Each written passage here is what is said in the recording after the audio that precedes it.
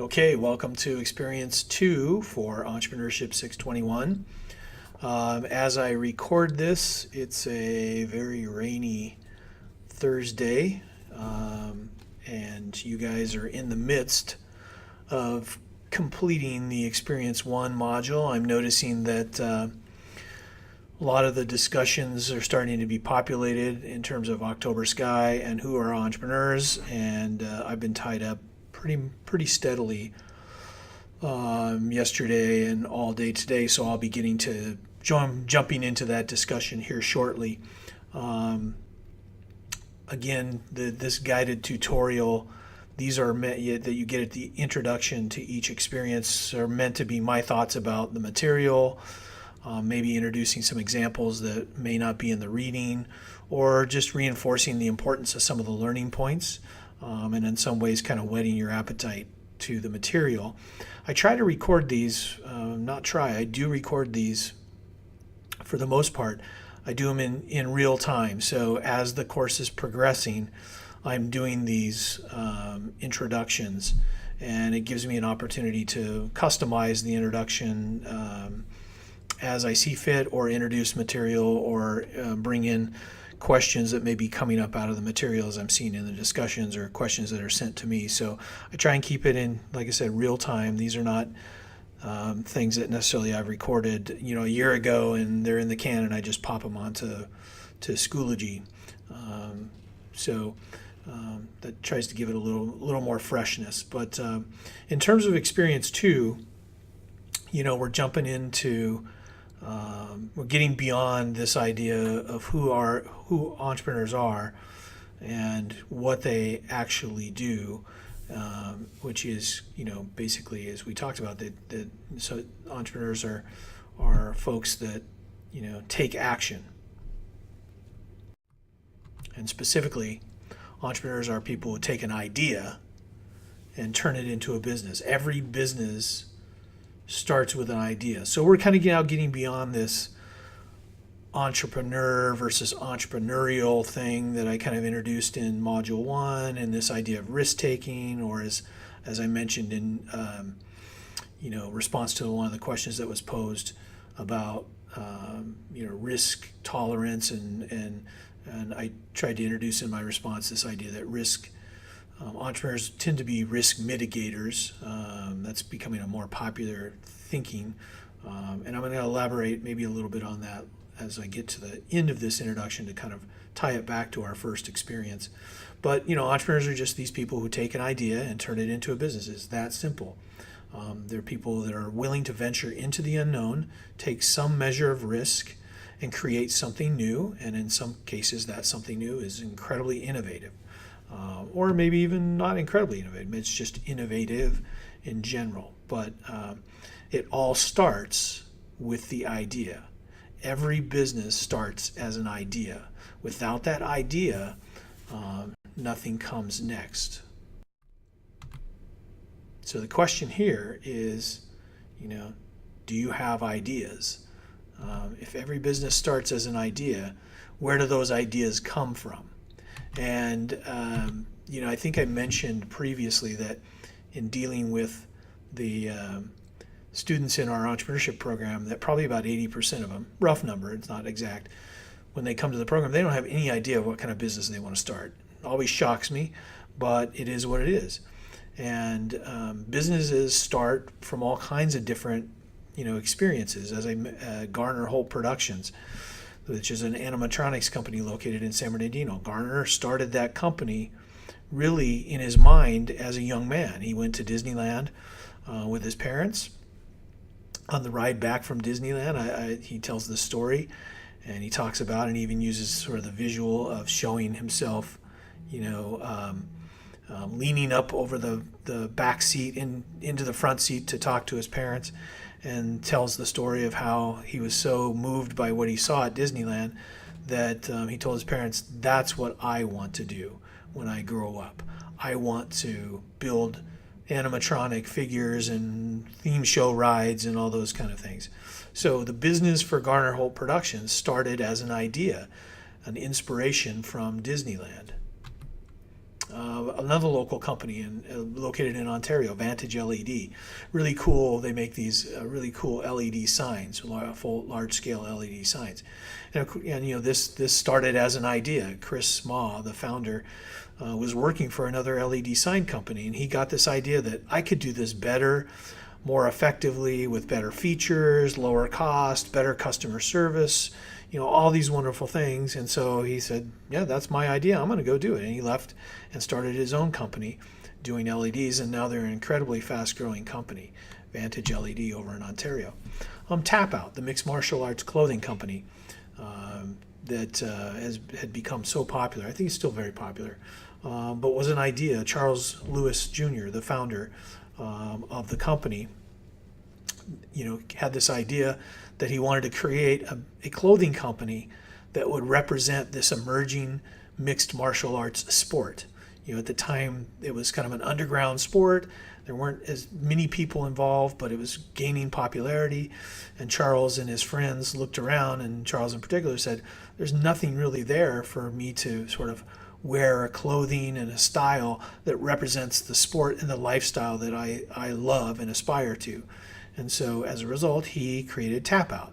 So it started with the idea of, I would really like to have clothing that represents, my sport and what I believe in.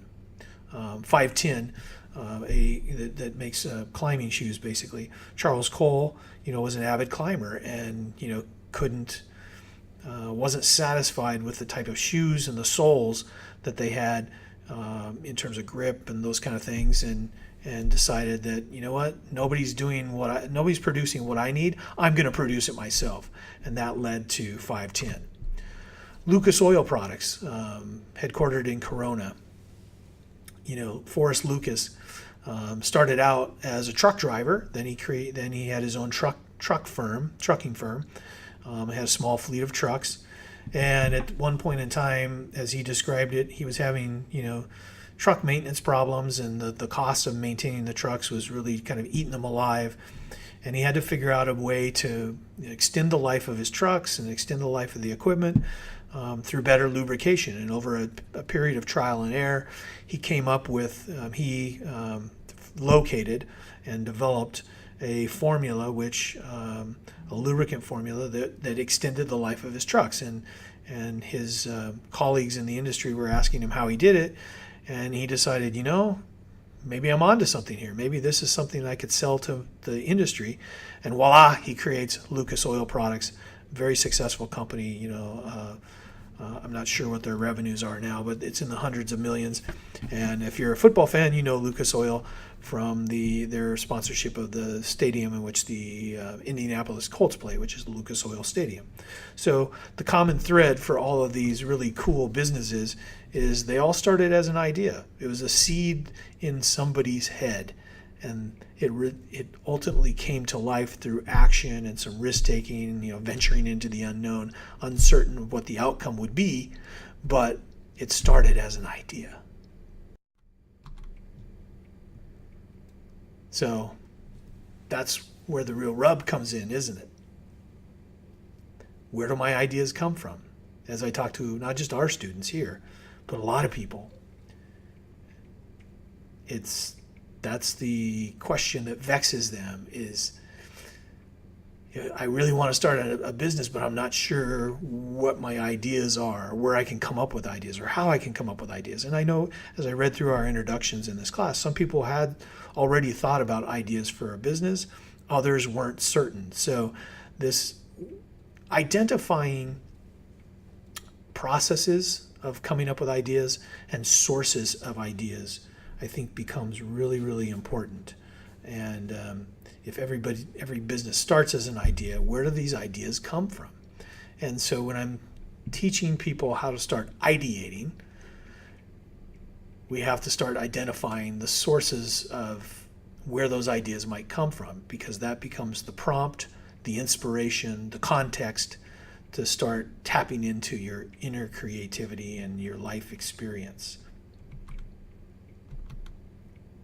I'm going to take you through about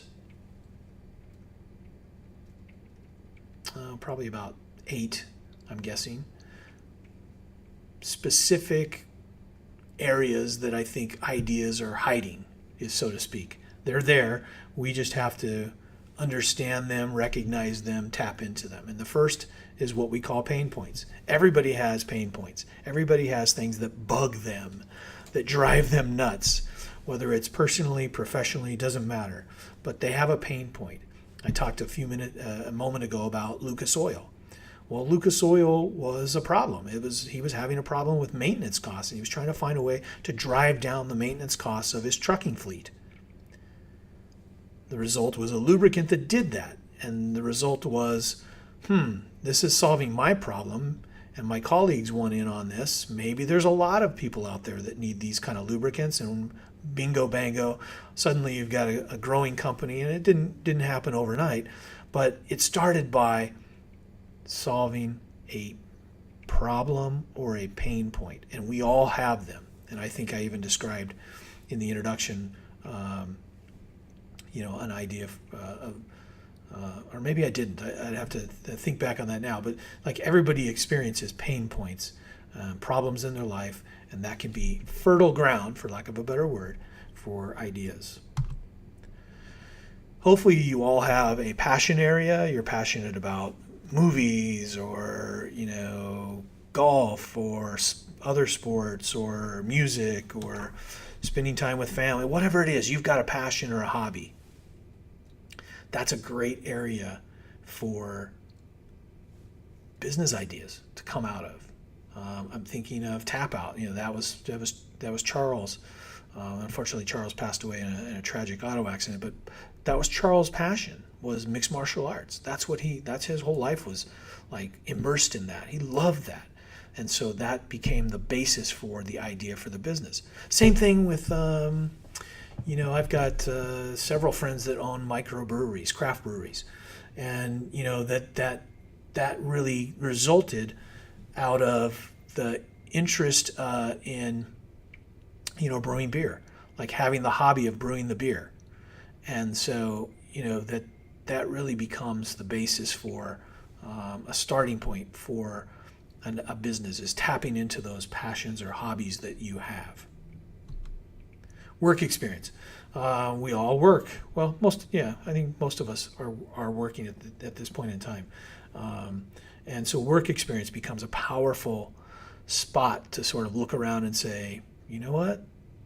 I've never really thought about it this way, but there might be some ideas for businesses here. And I'm going to provide some tangible ideas about what that work experience dynamic looks like when it comes to developing ideas here in a few minutes from now.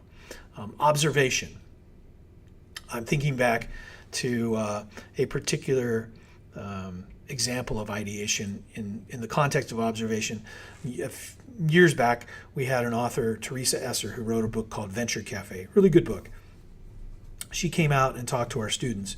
And in the book, Teresa relates a story about her husband who started multiple tech companies. And they were on vacation in Europe. And they were, getting onto a train. And, a little boy dropped his ticket and it fell down into the grate, lost forever, basically, and while Teresa was thinking, oh, that's too bad, and then sat down to think about what are we going to have for dinner when we get to Paris, and then when the train arrives in Paris. And her husband's immediately talking to her and ideating about, I've got this idea for a business that could solve this problem that we just witnessed, and so he was, I think most really good entrepreneurs are incredibly curious and observant, and they see a lot of what's happening around them. As I forget who said it, might have been Jeff Timmons, that said entrepreneurs are superior at spotting opportunities because they're incredibly observant. So this is an area for ideation. Purposeful search. I'm going to describe that in more detail, but that's just where you say, I'd love to come up with an idea for a business, but I don't know what to do, so I'm going to start searching for ideas. I'm trying to find inspiration in the world around me. Recycling is not throwing your cans and bottles into a particular container and having the truck take it away for recycling and keeping our environment greener. No, it's recycling is basically taking a concept and transporting it into a new context.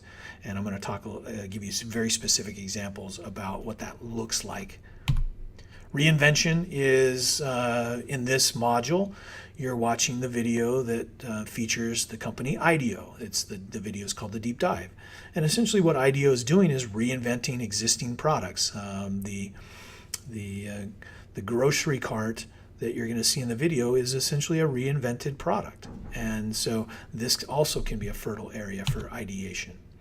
Tech transfer is an area where there is tons of really cutting edge, interesting research being done in university labs and government labs all around the country and in particular around the world.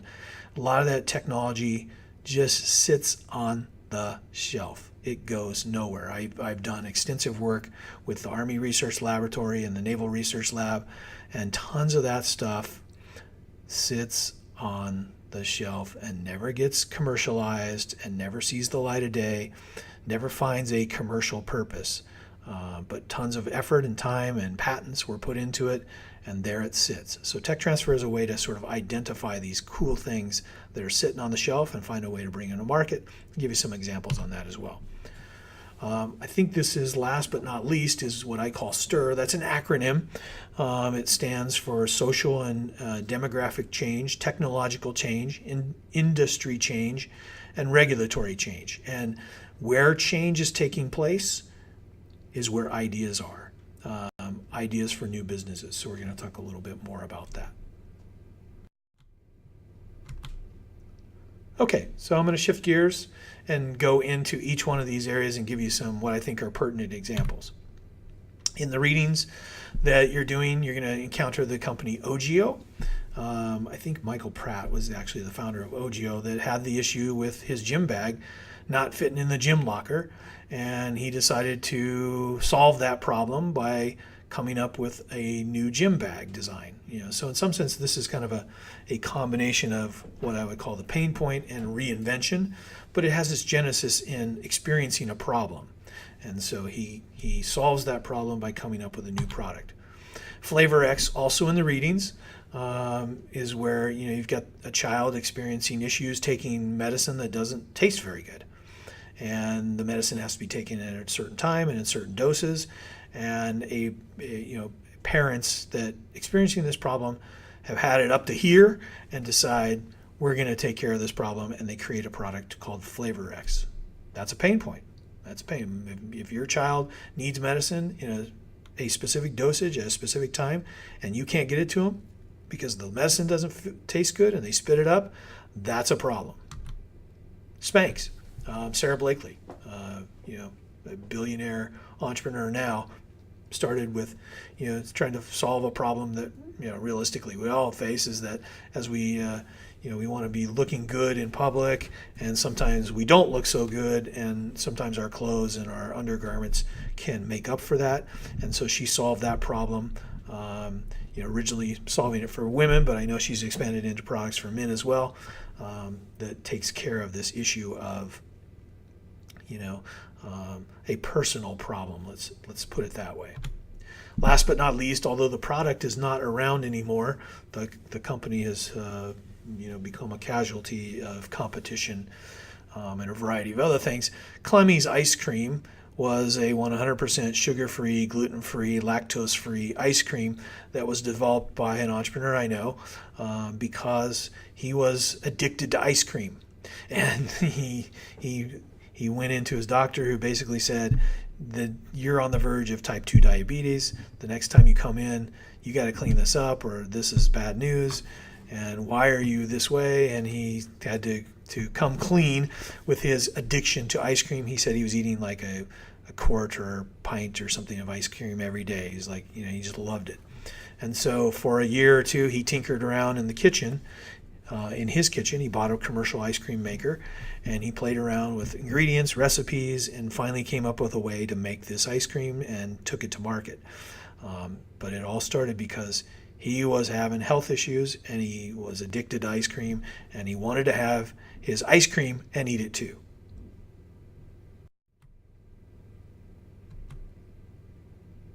So that's pain points. Moving on, passion or hobby. Examples of passion or hobby businesses. Well, Garner Holt, I mentioned him earlier. That was a passion thing for him. He was enthralled by Disneyland and the figures and the rides and all that stuff, and that's what he wanted his life to be like. He wanted to live that passion for animatronic figures and theme park entertainment. So as a result, you've got Garner Holt Productions. Jensen USA, started by Mike Jensen. He was a mountain biker. He was an avid biker. That's what he really wanted to do as a career. He wanted to be a professional cyclist, racing mountain bikes and things like that. And as a teenager, he started by repairing bikes out of his parents' garage. Then he graduated to selling parts for bikes, and then he graduated to sort of mail order, and then internet, and then it's morphed into Jensen USA, which is an incredibly large online retailer of bicycles and bicycle parts. But that was his passion. That's his hobby. He even relocated his business. He was originally, when I met Mike, he was in Ontario, and then he relocated to Riverside. And a big part of the reason why they chose the location they went to in Riverside was because it was right next to a sort of a nature preserve park area that had biking trails, mountain biking trails, and they could take their bikes out on lunch and after work and bike and have fun and test out products. And it really is a business that was started and built based on a passion or a hobby. So this is very fertile ground. Think about the things you love to do and you're passionate about in your life, and that tends to be a really, really fertile place to start ideating. Okay, so we move from passion or hobby to work experience. Working 9 to 5. We all have to, well, unless you're independently wealthy, I guess. We all have to punch the clock in some form or fashion, and so we spend an inordinate amount of our life at work. So think about your work as a place where ideas can strike you and flourish because you're paying attention, you're dialed in, you're thinking about ideas. Work experience. One of my favorite examples is a company called Aqueous Technologies, Mike Conrad.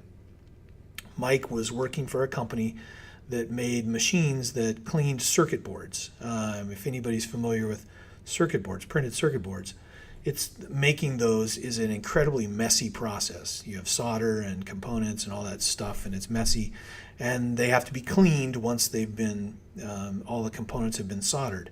And the company Mike worked for made the machines that cleaned these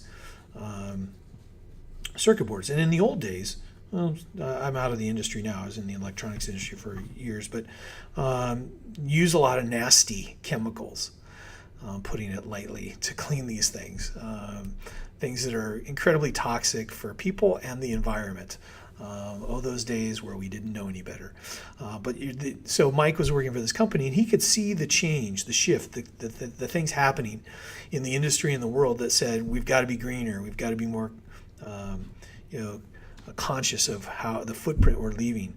And he was looking at this and thinking, we've got, and some of these, chemicals are eventually going to be outlawed. And so Mike was thinking ahead in his industry as just an employee for a company, and he went to his boss and essentially pitched the idea of coming up with a more environmentally friendly machine. And his boss wasn't receptive. And over time, Mike wore him down, and finally his boss said, well, you can do it, but you can do it on your own time. So he did. They took it to a trade show, got great response, and his boss said, no, I just don't want, I don't want to do this. I don't think, and it's going to cannibalize our existing products, blah, blah, blah.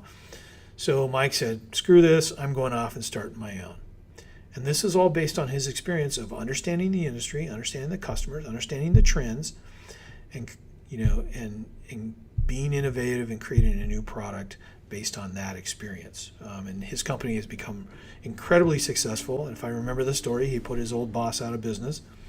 But that all started from work experience. Closer to home, in my particular instance, my family's business was a result of work experience. My father was both a pilot and a mechanic, and he was a maintenance officer in the military. And when he got out of the military, he kept working in the maintenance field and also flying. And he saw a need based on some of the experiences he was having for integrated communication systems in aircraft that would help the pilots and the crews communicate more effectively using multiple radios and those kind of things. And so the company Aircom Systems was born out of that work experience and understanding the industry, understanding the needs of the pilots and the mechanics, and understanding the technology and where things were headed. And so that company, which was launched in 1968, still exists today, although the family sold it, I think it's almost 5 years ago now. So still operating, still doing airborne audio communication systems. This is what we would call avionics manufacturing. But it came out of that work experience of being in the military, of being in the private sector, and working with aircraft and communication systems and maintenance issues and seeing those trends. So think about your own work experience. Step back, just sort of step back and pause this video guided tutorial and think about your work experience. I should have mentioned that in the beginning, that sometimes these guided tutorials are always better if you have an adult beverage handy.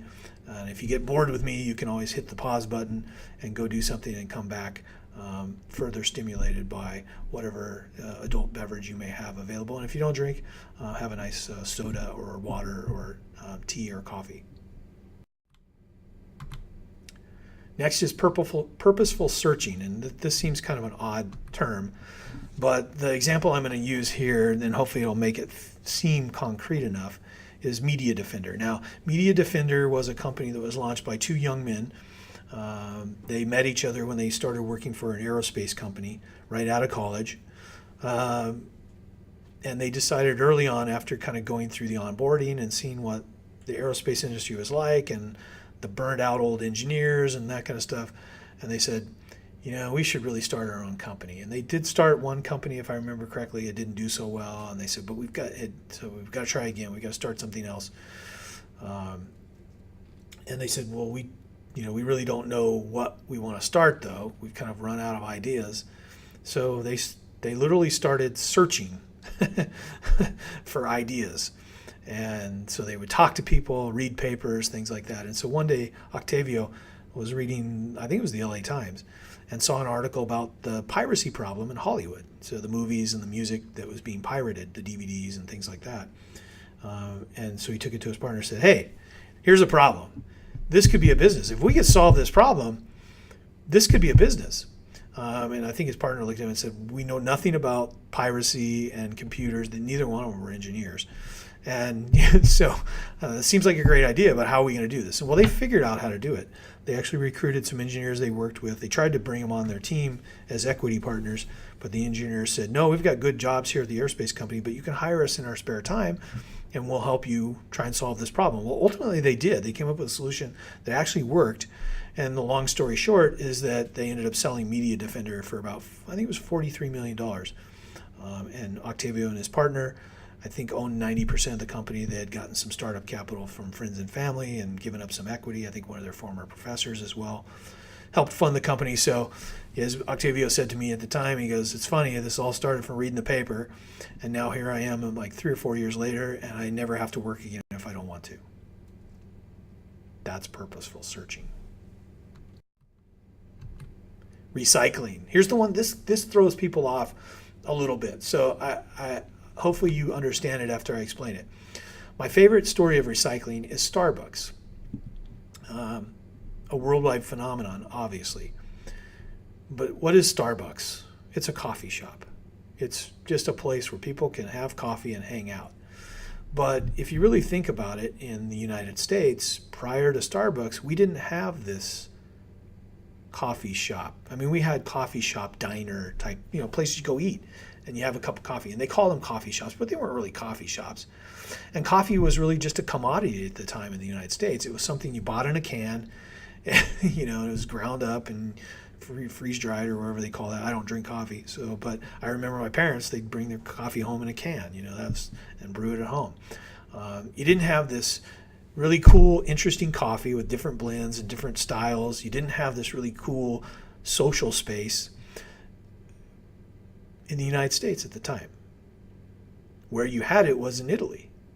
Howard Schultz visited Italy, saw this dynamic, saw that coffee was really a part of the culture, a part of the experience, much like the pubs are in the United Kingdom, where it's kind of part of the fabric of life, and that's where people socialize and hang out and unwind and do all that stuff. Well, Howard Schultz basically took the Italian coffee bar and recreated it in the United States, recycled it, took the concept and basically recycled it, transported it into our culture. And obviously you can see where we're at now with Starbucks. Another example of recycling would be Black Entertainment Television. Robert Johnson, that, basically, if I remember the story correctly, was talking to a guy in a cab. It was talking about creating a television network for senior citizens. And this is around the time that specialized television networks were starting to be created. And he thought, why not take that concept, sort of like CNN is the news thing. And you could have a senior citizen channel, and let's have a channel that targets African Americans, a growing demographic, a powerful economic market, and so he's basically recycling, a concept, and I think that's the key of always trying to remember. I think for me, the biggest distinguishing, BET is not the best example, but I think Starbucks is, in that you're taking something from somewhere else and bringing it, whether it's bringing it to the U.S. or taking it from the U.S. and somewhere else. A few years back, I had a group of MBA students from Taiwan and China, and they basically wanted to take the American Girl concept of dolls here in the United States, and they wanted to recycle that. So they wanted to transport that and massage it and change it a little bit to match the Chinese market, and create the Chinese version, what they called Wawa Girl, the Chinese version of American Girl dolls. And they basically were, just some people have said, well, this is just copying. Well, it's copying, but it's, in some sense, it's recycling it because it is kind of transforming it a little bit. You're adapting it for the local market. But if you can think back to Starbucks and think that wasn't an American invention, that was something that was taken from somewhere else and brought over here. That's a good way of thinking about these recycling ideas. Reinvention. There are two videos that are in this experience segment of 621 that focus on reinvention. And the first is GoPro. And, Nick came up with the idea for his camera, and, really the light bulb went on, as you'll see in the video, when he's out doing the race car driving. But what is GoPro? I mean, it's a camera, right? But it's a camera that does things that cameras never did before. And were never and set up in a way that it's conducive to use in ways that have never been used before, in a user-friendly, easy way. So he's basically, Nick didn't invent the camera, he's reinventing the camera. With regard to IDEO, you're watching the video called Deep Dive. IDEO is a company that essentially develops innovative products and reinvents things. And so, basically, the gist of the video, if you haven't already watched it, hopefully you haven't, because this is the introduction to the module, is that, they're given the task of reinventing the shopping cart. And you'll see how they approach that. And you can see that businesses can result from this reinvention of things that are already out there. So you're not starting with a blank slate or a blank canvas. You're inventing, reinventing things that already exist, but giving them new purpose, new features, new facets that are going to appeal to a new market or expand the boundaries of what these products can ultimately do. Tech transfer is, as I mentioned before, there's tons of businesses that come out of existing technologies, and the technologies are often commercialized mostly by people that didn't develop the technologies. So, a good example is Kite, this fighting the issues that we have with mosquitoes and trying to stop mosquito bites and the spread of malaria and diseases, all these nasty things. But over at UC Riverside, they've developed a multitude of innovative approaches to trying to basically stop mosquitoes from sensing humans, and and if they can't find the humans and bite them, they're not going to spread malaria and all these other nasty things. And so, but that technology was developed at UC Riverside by researchers and was commercialized, so transferred and commercialized by a private company that's taking these products to market. So they didn't develop the technology. They are licensing the technology from the university or from the people that have the intellectual property, the patents, and taking it to market. So if that didn't happen, that would still be sitting on the shelf. Probably my favorite example is, because I was involved in this project, was the hearing pill. And I'm not sure what's happened and where they're at right now. But the hearing pill was a technology, basically a pill that was patented by the Navy as a result of issues they were having with hearing loss in the military. Now, if you've ever been around those big guns and cannons on ships and in the Army artillery, those big things, those things are incredibly loud, and every one of the folks that works around those has to have earphone, earplugs, things to protect their ears. My son was in charge of an artillery unit, and he said, what they give you helps, but it doesn't stop. You suffer hearing damage as a result of being so close to these weapons, and that costs money, and it causes all kinds of problems. So the Navy came up with a pill that, if taken within a certain period of time after the hearing trauma, or maybe it was right before, I can't remember all the details, it would mitigate the hearing loss.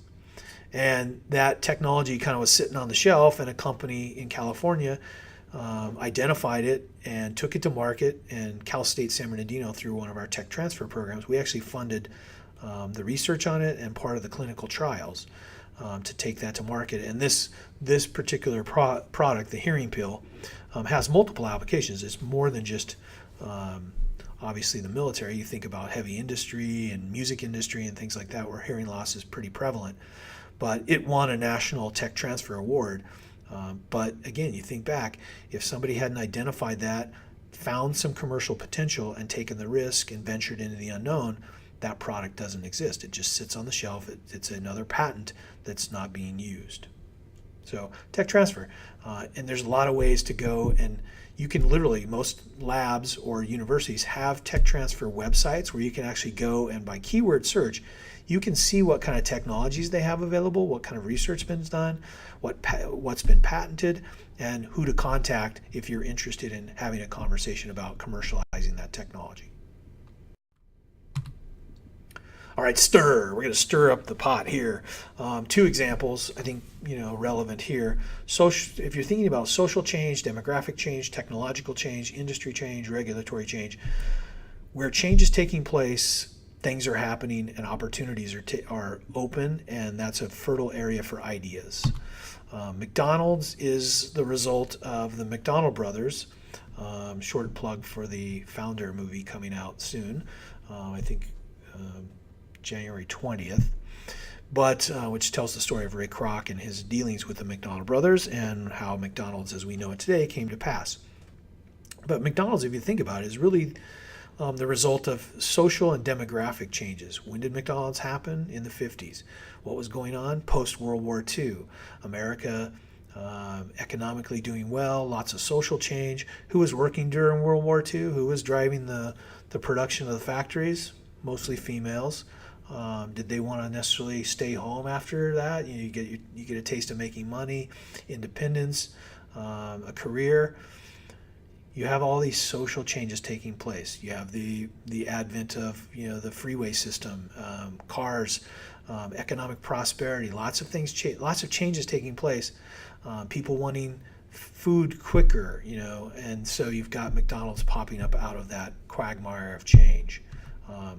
More tangible and concrete would be the regulatory changes. Southwest Airlines really, essentially launched and blossomed because of the deregulation of the airline industry. So think about other industries. Think about California with all of our clean air mandates. How many companies have blossomed, thrived, grown because of the need for mitigating air pollution. So think about all these regulatory, industrial changes, technological changes. Without the technological changes and the advancing semiconductors and miniaturization of things, we don't have things like iPhones and tablets and watch, the Apple Watch and things like that. That's technological changes are driving that, and there are ideas there for businesses. All right, so that's pretty much all the areas where you come up with where you can come up with ideas. Not all, but that's a taste of them. But it still leads me to the fundamental premise of ideation, which is the best way to come up with ideas, with a good idea really, is to have lots of ideas. And I may have mentioned that, in a typical undergrad class where we're dealing with ideation, I'll have the students they'll do 100 ideas. And then the next time they do 50 ideas, and then the next time they do 25 ideas, and then the next time they do 10, and then they pick their top idea from the 10 that they want to pursue. And they think, wow, why are we coming up with so many ideas? And I tell them up front, the best way to come up with a good idea is to have lots of ideas. And it doesn't really resonate until they go through coming up with 100 ideas. And then when we do a debrief after that first 100, they sit down and they say, I ask them, so how many good ideas did you have in that? And most of them, if they're being honest, they'll say only a handful, if that. They'll say a lot of these really aren't that good. And I said, there you go. If you come up with 5 ideas, how many of them are going to be good? Maybe one, but maybe none. But if you're generating lots of ideas, you're more likely to have some good ones in there. So the best way to come up with a good idea is to have lots of ideas. So some more thoughts about ideation.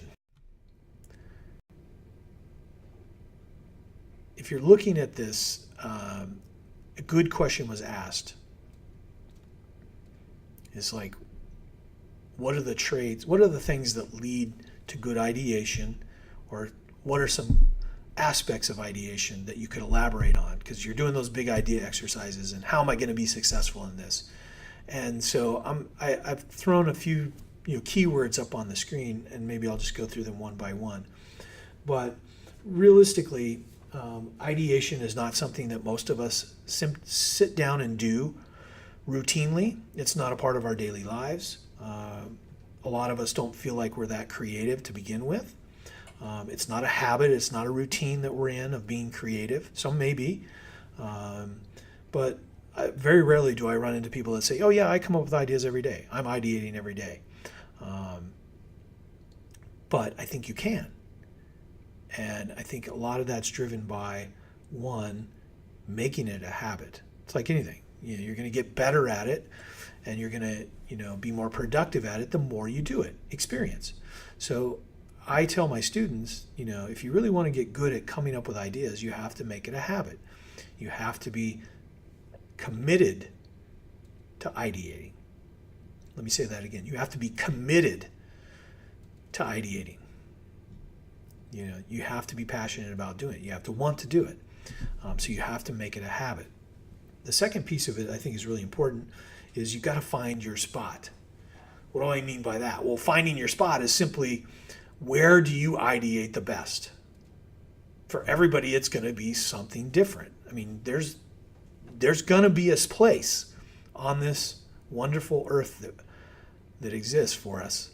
There's a place where you can be your most creative and you can ideate at the highest level. For me personally, that ideation happens with frequency, with regularity, in abundance, when I'm away from the normal constraints and demands of my day-to-day life. And so where I find myself being the most creative is when I'm traveling to a new place, when I'm traveling on business, when I'm at conferences, when I get away from the shackles of my work and I have some breathing room. That's when the ideas for me start flowing like it's unbelievable. It's like the spigot has been opened. Now there's other places that I have, there's other spots I have. I can come up with ideas when I'm walking. I'm thinking of one songwriter I know who basically says, and this is, he was interviewed and he said, my best song ideas come when I'm walking. I'm out, it's beautiful, sun shining, fresh air, no distractions. I can clear my head and stuff just comes in. It's like magic. So the key is finding that spot. What is that spot for you? And it's going to be different for everybody. Another key aspect of ideation is just feeling curious. Just be open to being curious about things. Some people are naturally curious. Others have to kind of, curate that themselves. So curiosity, I think, is a really, really big piece of this ideation puzzle. But be interested. Ask questions. Why does this work? How does that work? I wonder why that's happening. You see things happening in the world around you, and oftentimes we don't question them. We don't pay attention. I'm going to talk about that as we look at the attentiveness. But this idea of curiosity is really, really important. Be curious. I mean, we were all curious. I think most children are curious. And then over time, maybe some of that kind of gets driven out of us. I don't know. That's be worth discussing, I think. Bridging to attentiveness. This is key here. Literally, we get, and I've experienced this myself personally, we get on autopilot in life. We get into a routine, we do things a certain way, we follow certain patterns, and realistically our brain to function is actually creating a lot of shortcuts for us. And so we sometimes aren't very attentive, and in ways that manifests itself is I use in my face-to-face class, because it's an interactive thing that you have to do in real time, I use a video where, and you've probably seen this, it's become very popular now, so it's harder to use it. A video of students passing a basketball back and forth. There's two teams. One team's wearing white shirts, one team's wearing black shirts. And the task for the students is to count the number of times the basketball is passed by the white team. And they sit there and they watch that, and at the end they give the answers and they come up with lots. We had everything from 11 to 21 passes. It's all over the board. And at the end of the day, I tell them, they'll ask me, well, what's the right answer? I said, I don't know. I wasn't really counting. I don't know. And I said, but did anybody see anything unusual in the video? And usually in a class of 28, about 3 to 5 people raised their hand and said, yes, I saw something unusual. Hold that thought. Don't tell me what you saw. Let's watch the video again. And we'll watch the video again. And in the middle of the video, when they're not focused, when they're not really deeply focused on the task at hand, when their brain's not on autopilot, they see the gorilla that walked into the picture and beat his chest or her, and then walked back out. And they're embarrassed. They're sheepish. I didn't see that. I can't believe I missed that. Well, because you're so focused that you block out all the white noise around you. And that's how it is in our daily lives. We are so focused, not all of us, but many of us are so focused that we block out that wonderful stuff that's happening around us. And in some ways, our brain is doing that too. Its mechanism of coping is to block out some of that stuff that isn't important. But that's where the real richness is happening. Things are happening around us that we don't realize. And some of those can be ideas for businesses. So I remember a student coming back to me later and he said, you've ruined me forever by this exercise. He goes, because I'm really paying attention every day. He said, and I'm seeing all kinds of things, and I'm coming up with all kinds of ideas. And it's driving me nuts. He goes, I've never been so attentive in my life. And we all do, we all fall into this trap. I'm guilty of it too. I mean, how many of you guys have left, how many of you have you left work, gotten in the car and turned out of the driveway and headed in a direction that you normally head every day, but you really didn't want to do that day because you needed to go to the store in a different direction.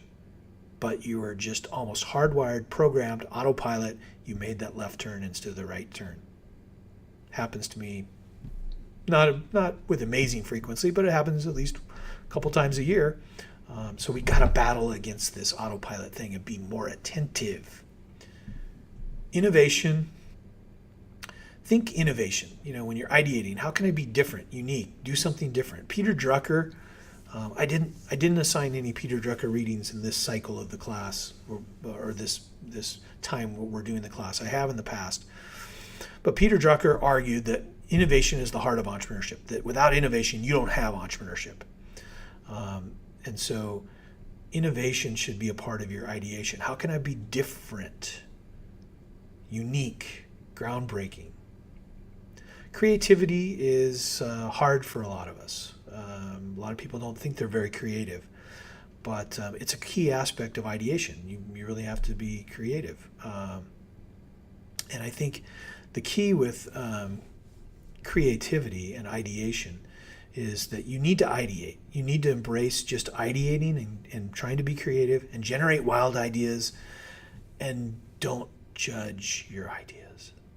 Don't censor your ideas.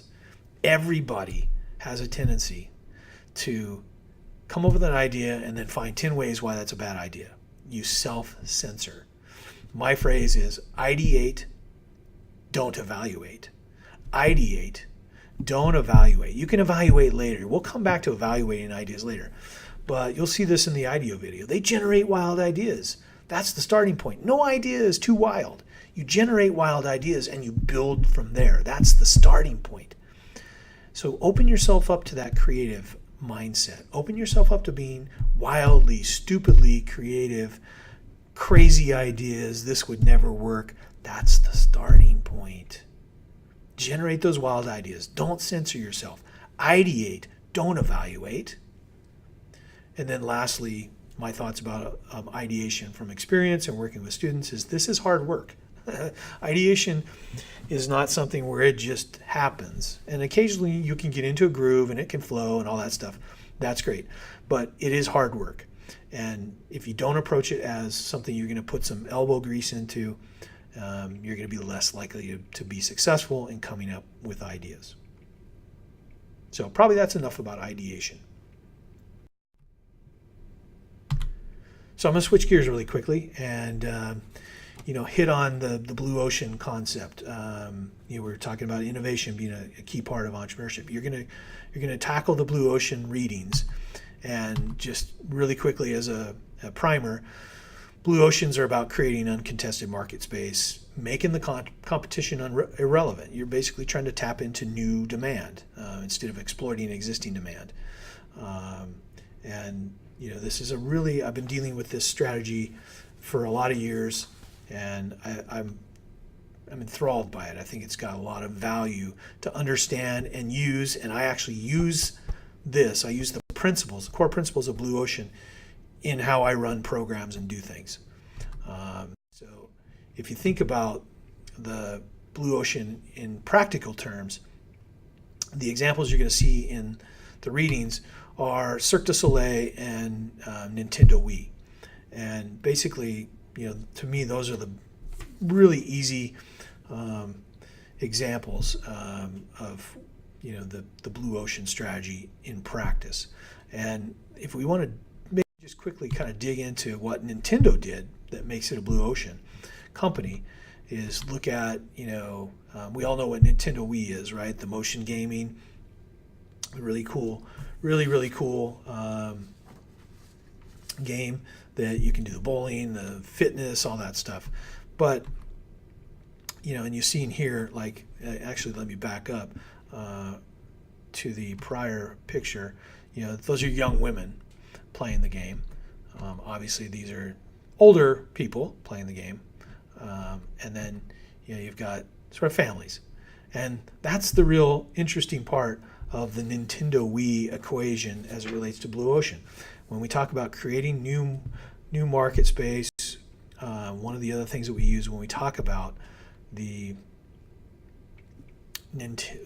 we talk about Blue Ocean is this idea of attracting non-users, people that haven't used a particular product before, but now they're attracted. And so think about Nintendo in the scheme of PS3, Xbox 360, Nintendo Wii. They appealed to non-gamers. Xbox, PS3, those are hardcore gaming platforms. Hardcore gamers tend to be young males, and they're looking for a specific experience.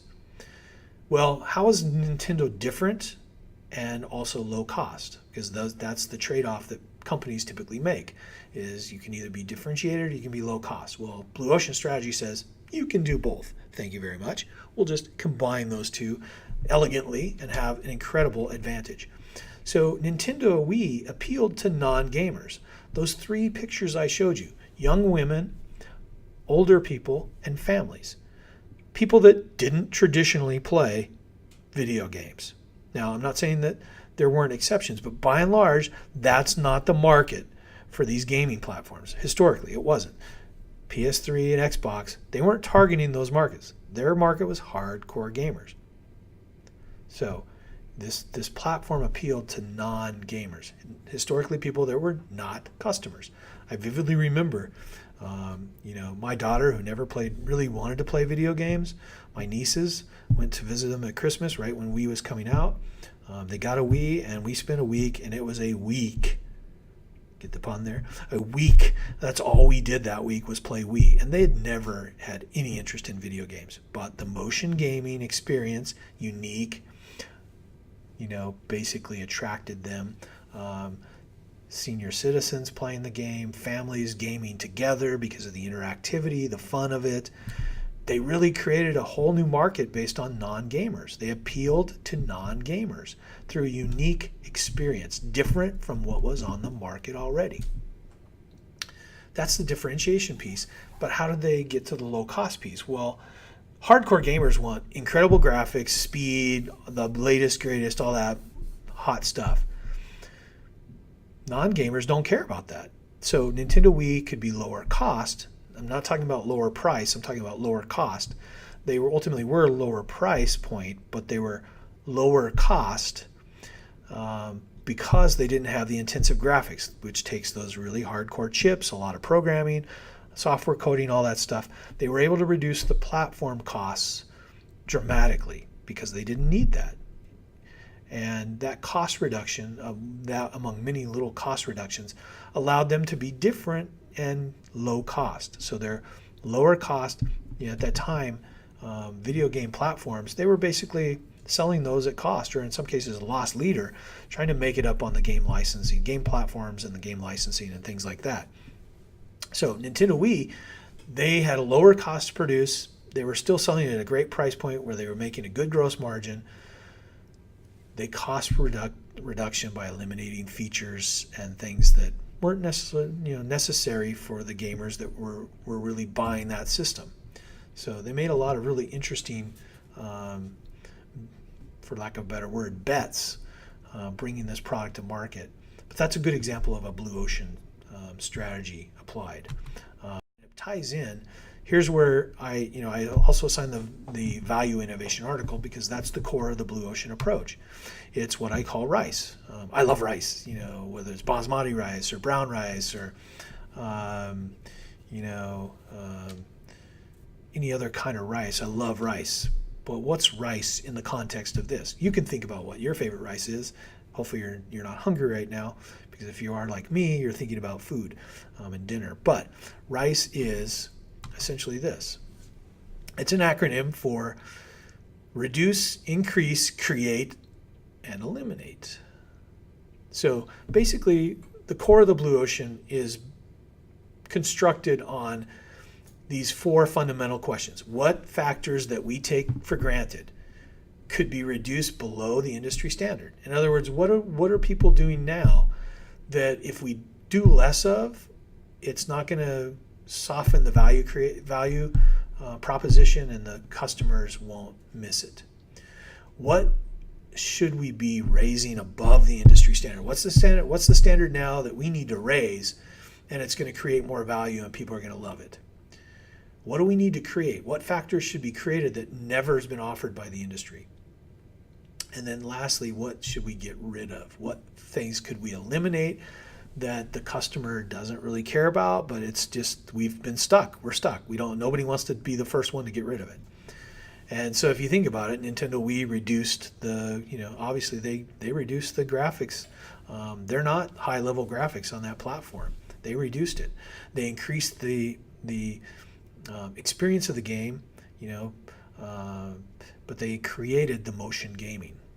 And, so you can look at these different blue ocean companies. You look at things like Accor Hotels, which is a great example of a blue ocean company as well. If you look them up and type Accor Hotels Blue Ocean on Google, ask Professor Google to tell you about that.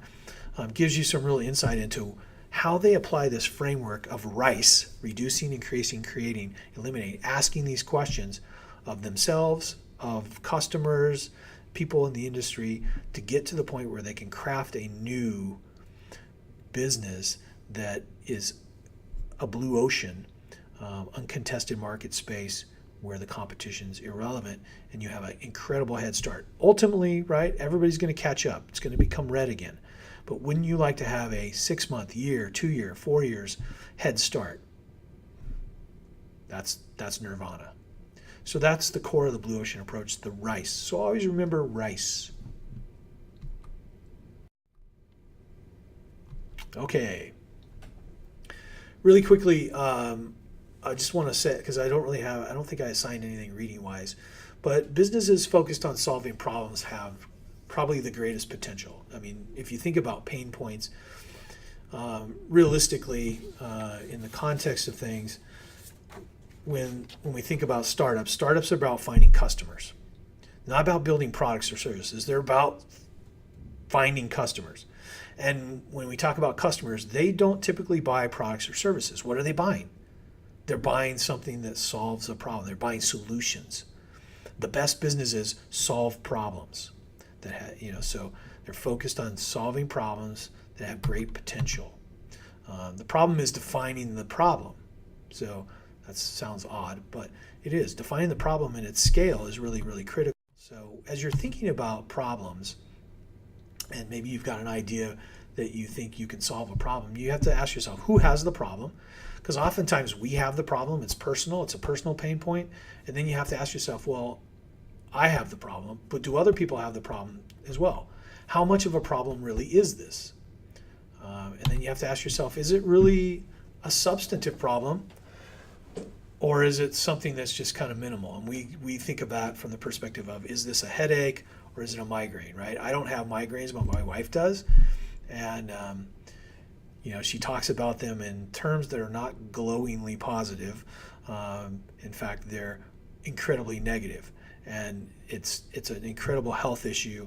And she'll say, I just want to, I just want to cut my head off. It's so bad. And she has to take medication and all those wonderful things. And so, the solution for a migraine is something that if you have something, give it to me. The migraine is a pressing problem that needs to be solved, and I'll pay just about anything to have it solved for me.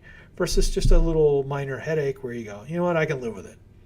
Not a big deal. I don't even need an aspirin. I'll just deal with it. So think about who has the problem, how much of a problem is it, and is it a headache or a migraine problem?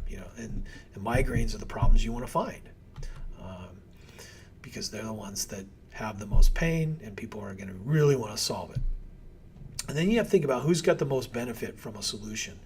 Sometimes the problem may be shared by lots of people, but who's going to benefit the most from a solution? I'm thinking, we do it in my face-to-face class. We sit down and we do a traffic. We talk about traffic in metropolitan areas like Los Angeles, and we sit up and we start by defining like who experiences traffic? And we put like a lot of people up on the board that experience the traffic problem. And then we say, well, if we had a solution for traffic, easing traffic, who benefits the most? And most importantly, who can pay for a solution? And then lastly, will they pay for the solution? So you have to, once you get past ideation and you start grappling with the viability of the idea, of the potential opportunity, which I'm going to talk about in a second, you have to start talking about these kind of things. But particularly when we're dealing with problems or ideas that address problems or pain points, you really have to know who has the problem, how much of a problem is it? Is it really a migraine?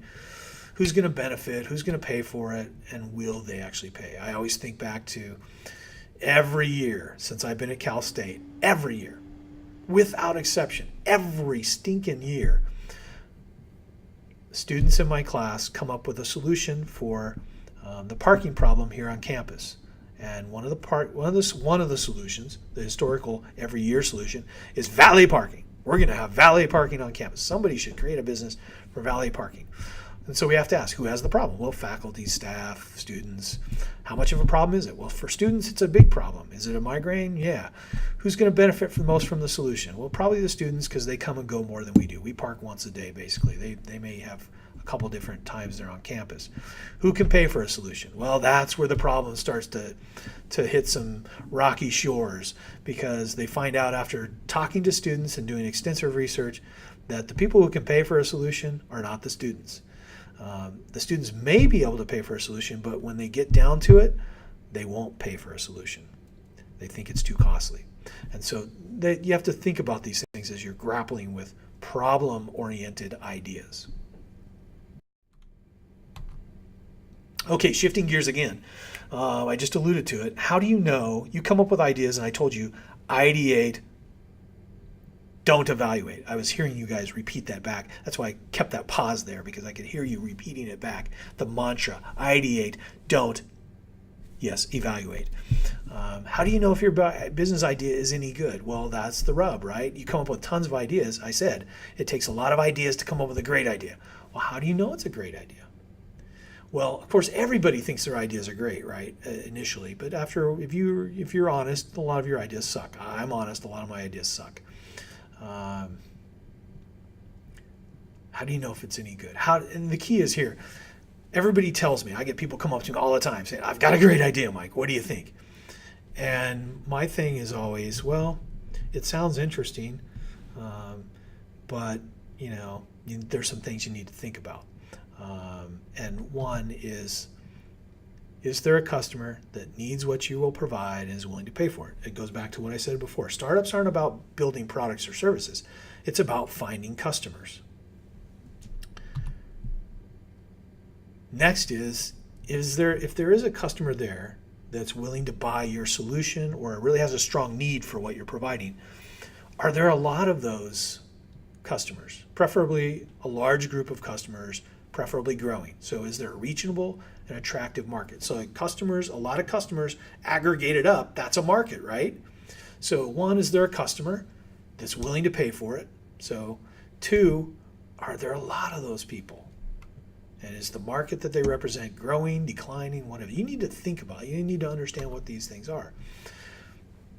You have to be able to think about the business model and can it support the company? And in this Entrepreneurship 621, you're going to be doing the business model canvas. So you're going to be looking at what it would take on a number of different dimensions for this business to really be an opportunity.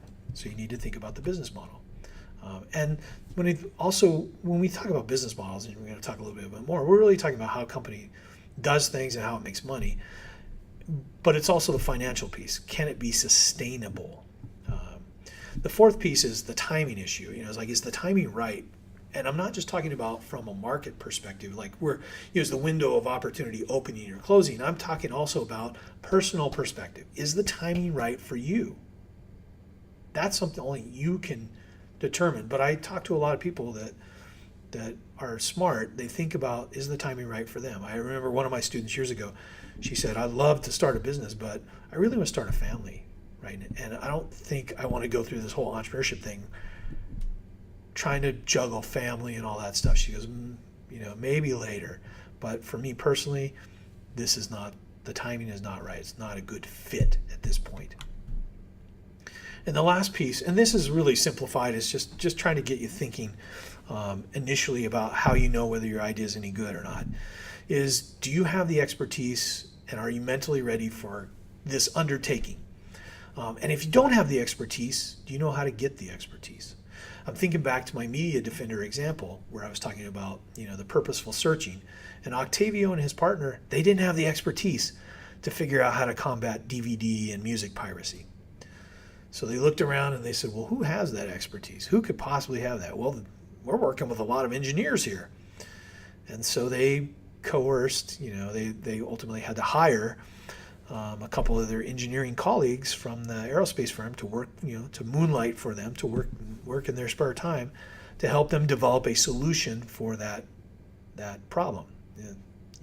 Neither Octavia or partner were technologists. That wasn't their bailiwick. They didn't have the expertise, but they figured out how to get it. And they were mentally ready for the challenge. And you have to be ready for that. This is an experience like no other. It is exhilarating, demanding, draining. Name the adjective. It probably exists in undertaking a new business. Those of you in this course that have done it know exactly what I'm talking about. You have to be mentally and emotionally stable and ready for this. Because if you're not, it'll eat you alive. And so you need to think about that when you're looking at your ideas. Is my idea any good? Well, customer, market, business model, timing, do I have what it takes to do this? And it gets a little bit more complicated than that, but that's ultimately it. It's like, these are what I call my 5 basics of testing an idea and seeing if it's an opportunity. I'm going to go back to another phrase I'm fond of, which is entrepreneurs are not fortune tellers. Entrepreneurs are not trying to predict the future. Understanding whether your idea is any good, it takes detective work.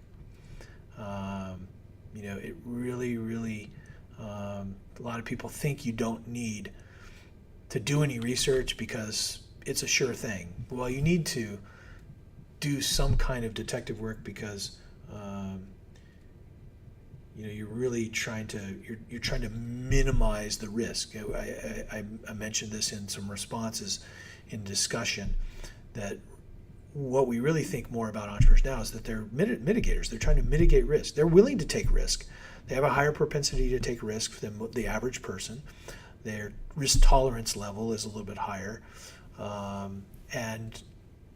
but they're willing to take the risk, but they're going to try and do everything they can to stack the odds in their favor.